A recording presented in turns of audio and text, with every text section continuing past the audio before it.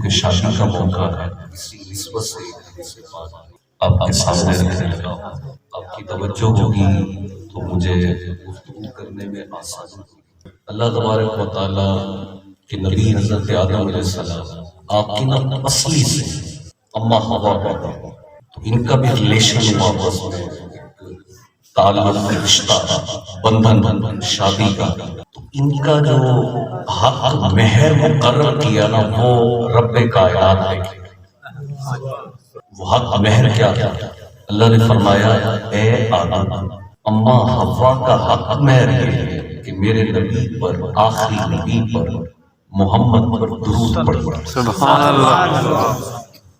آپ نے درود پڑھا تو حق میں آیا۔